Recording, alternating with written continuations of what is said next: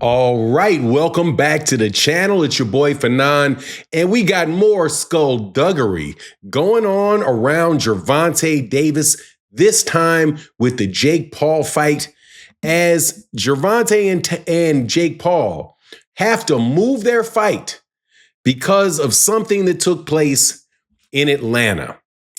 Let's talk about that in this video.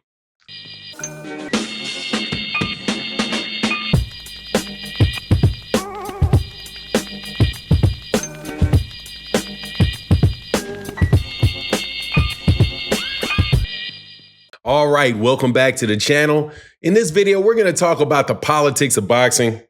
There was an announcement that was made yesterday where Gervonta Davis and Jake Paul both let everybody know that the location for their exhibition fight has changed from Atlanta to Florida. And let me tell you, it wasn't because Jake Paul just woke up in the morning and decided that he was going to change the venue. No, it was because of politics once again getting in the way of a Gervonta Davis fight.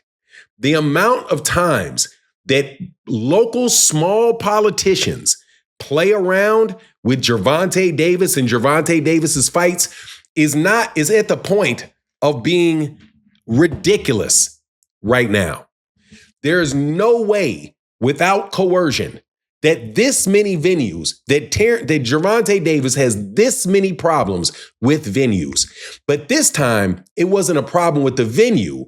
It was a problem with the state of Georgia. Now, before I get into it, let me welcome you back to the channel.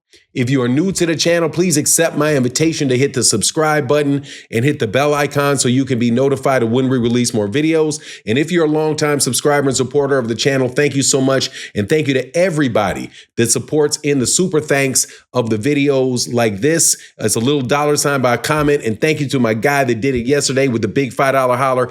Thank you so much, man. I'll thank you directly in the video. But let's get to this because I'm sick of this, man. Every single solitary time, well, over the last 2 years, pretty much, and I'm saying this because I believe this to be true, pretty much since Gervonta Davis started having an argument with Turki Al-Sheikh, this Gervonta Davis consistently has problems getting his fight done. And I do not believe that that is accidental at all, because I knew when they announced this fight, in the back of my head said there's something going to go wrong with this venue.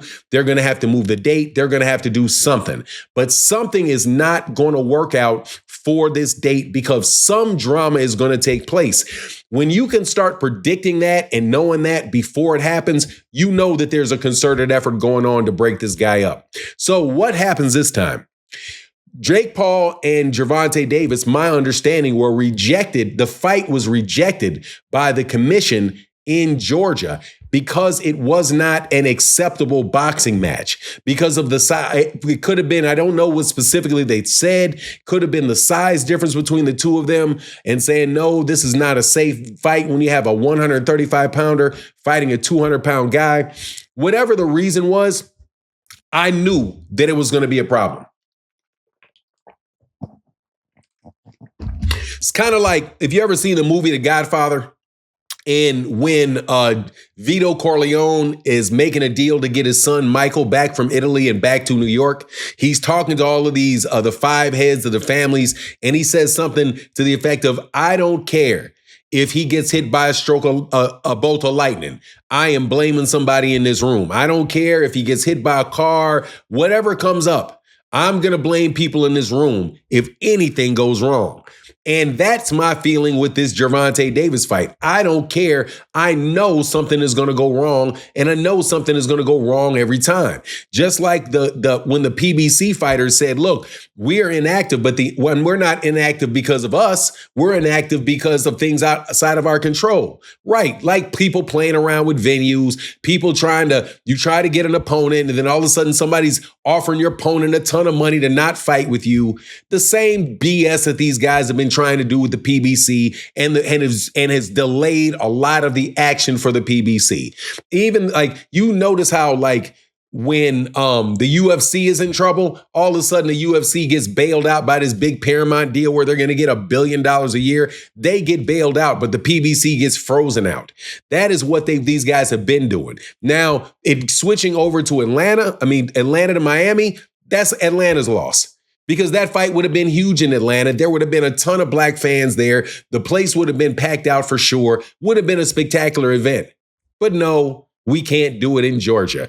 Good old boys in the state capital can flush all this money that was going to come to the black community in Atlanta, because you better believe there's going to be a ton of money running through the black community in Atlanta. But the powers that be work with other powers that be and shut it down. That's what I believe happened. And I believe that because I have seen it take place in Houston. I've seen it take place in the other places where Gervonta Davis has tried to have a fight.